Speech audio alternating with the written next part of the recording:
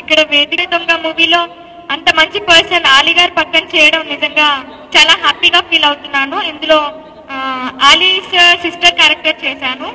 So songs చూసారు కదా, songs already hit, cinema కూడా ఇంకా సూపర్ హిట్, అది మనందరికీ తెలిసిందే.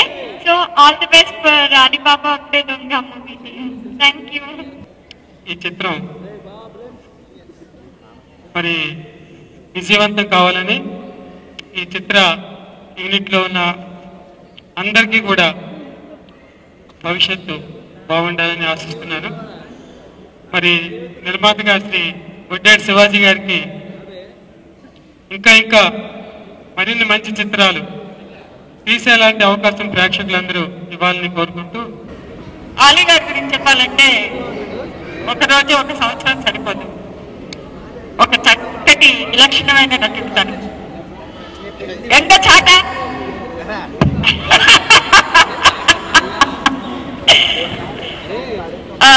యూజువల్ గా ఏ సినిమాలో కానీ ఎంత పెద్ద హీరో అయినా పక్కన ఆలీ గారు ఉన్నారంటే ఆయన మీదే కళ్ళేస్తాయి అందరిది. చక్కటి ఎటువంటి అంటే అణువణువులో నటనని నింపుకున్న ఒక మహా హాస్య నటుడు అని చెప్పలేము. ఆయన్ని చూస్తేనే మనలో ఏమైనా ఆవేదనలున్నా వెళ్ళిపోతుంటాయి. నాకు మొట్టమొదటిసారిగా ఇది ఆడియో పవన్ కళ్యాణ్ చేతుల మీదుగా ఆలీ గారి సహకారంతో రిలీజ్ చేయటమే నా మొదటి విజయంగా నేను భావించానండి. తర్వాత ఆలీ గారు హీరోగా చేసిన తర్వాత మన నరేష్ గారితో వినాయకుడు వాయిస్ చెప్పించారండి, విఘ్నేశ్వరుడిది డబ్బింగ్. అది కూడా ఆయనకు కూడా నా హృదయపూర్వక ధన్యవాదాలు తెలియజేసుకుంటున్నానండి.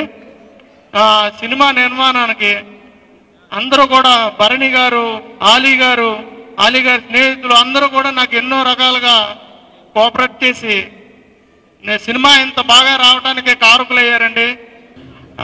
ఈ సినిమా నాది 50th మూవీ.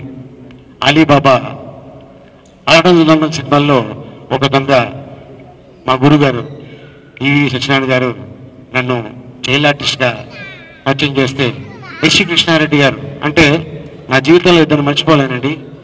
ఒక ముక్క నాటింది ఈవి సత్యనారాయణ గారు, దానికి నీళ్లు పోసి పెద్దది చేసింది ఎస్సి కృష్ణారెడ్డి గారు. సో వీళ్ళిద్దరిని నా జీవితంలో మర్చిపోలేను. తర్వాత ఒక ఆర్టిస్ట్గా, ఒక క్యారెక్టర్ ఆర్టిస్ట్గా, ఒక కమెడియన్గా నాకు బాగా సక్సెస్ పేరు సంపాదించుకున్న చిత్రాలు ఒకటి పూరి జగన్నాథ్ గారిది, 2 వి విజయనాయక్ గారిది, 3వది రాజమౌళి గారిది. ఇలా ఎంతోమంది డైరెక్టర్లు నన్ను సహకరించి ఈ రోజున ఈ స్టేజ్ మీద మీ ముందు ఉన్నానంటే